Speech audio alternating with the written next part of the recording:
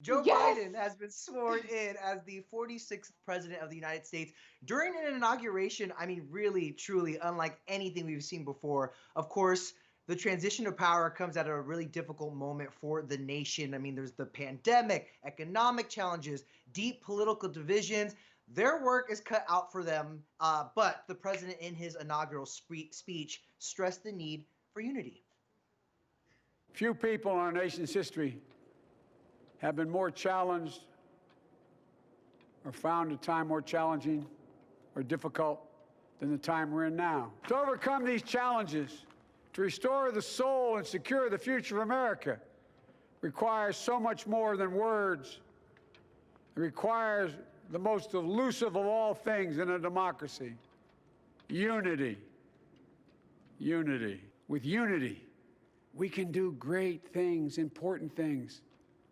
We can right wrongs. Together, we shall write an American story of hope, not fear, of unity, not division, of light, not darkness, a story of decency and dignity, love and healing, greatness and goodness.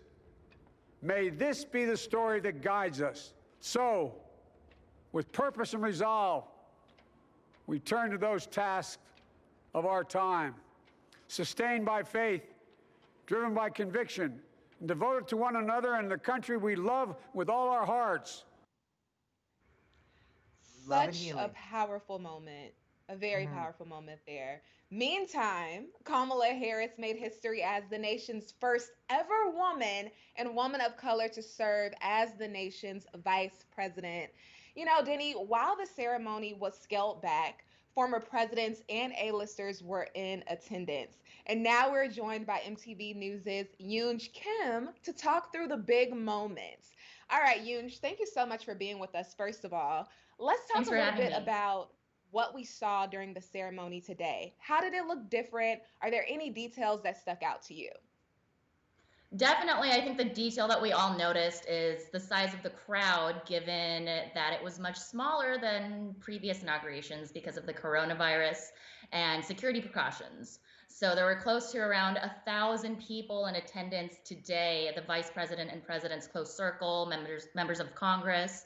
And in comparison, during President Obama's first inauguration in 2009, there were close to 1.8 million. So that's obviously a huge difference, but you can bet that a lot more people tuned in virtually, where a lot of the inaugural celebrations will take place today and tonight.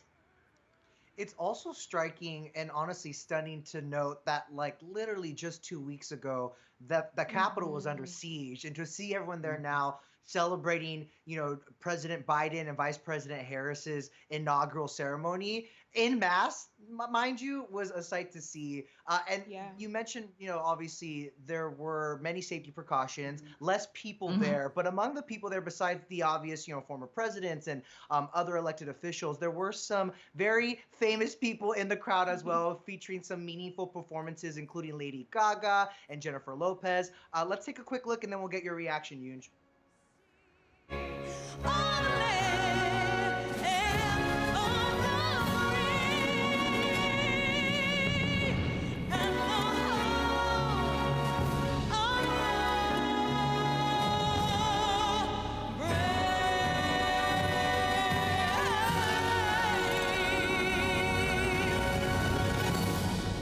Una nación bajo Dios indivisible con libertad y justicia para todos.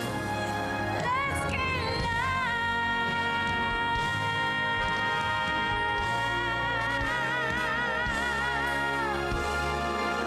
This land was made for you and me.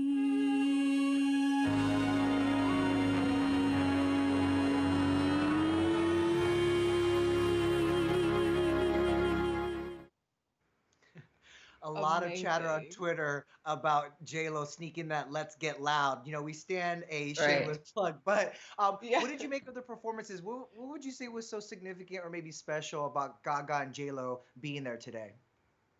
I, first of all, love the fact that they dressed up to the nines as if they were at Yeah. an awards show after this past year of not having anything like that, in real life. So I really appreciated the color and the bling and the glam that they brought to the inauguration ceremony. And also, they were very just uplifting. And the fact that Garth Brooks was one of the singers as well, that was a surprising bipartisan choice since he is a conservative. And I thought it was very encouraging for this new administration to make an effort to reach out across the aisle for all parts of the country, since the theme of this inauguration is America United. Yeah, for And what do sure. you And that's what do you think made Gaga the perfect choice though to sing the national anthem for Biden in particular for his inauguration? I think Gaga has been very supportive of a lot of his policies.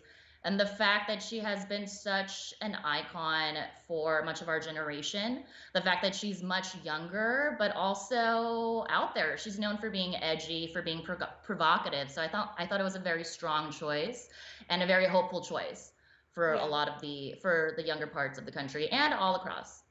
Yeah. Well, there are also some more celebrity guests planned in a primetime special for tonight. We have Tom Hanks hosting, John Legend, Demi Lovato, and Justin Timberlake are scheduled to perform. Yunj, what can we expect? I think we can expect to see a lot of celebrities. It'll be so interesting personally to see how it happens virtually, because normally this would be in real life, rubbing elbows with celebrities, like seeing the performances. One that I'm really looking out for is during the parade. The New Radicals, the band, they're coming together for the first time in a long time since they split up, actually. And President Biden specifically chose this band to perform today because it was his son Bo's favorite band. It was their family's theme song when Bo, who served in the military while he was fighting cancer. So the fact that he's chosen this song to commemorate his song and members of the service, I think it's very hopeful and a really we have high. It shows that everybody has really high hopes that we can all come together, hopefully, Sure. and unify around music and art. Speaking of those high hopes, Yunj, before we let you go, obviously you've been a huge part of our election coverage here at ET Live, and of course your own reporting over at MTV News. What does today signify for you? How are you feeling? I feel super excited. Like, finally, this is the day that we were waiting for because, with the election results taking a really long time in November, I don't think we had that definite moment when we were like, okay, Joe Biden is going to be the president of the United States. And I think this is that day and it's worth celebrating. And I think a lot of political journalists across the country deserve a long nap. And right Yeah. after that, it's back to work. Yeah, because I Maybe mean, you said that perfectly. The work is not done. We can take a sigh of relief, but there's still a lot of work to do. But maybe we should pop a Yes. champagne bottle tonight just to Oh, yes. celebrate. I'm just saying. Let's Okay, do while we it. watch that primetime special, okay? United as one. Yunj Kim from MTV News, Sure. thank you as always.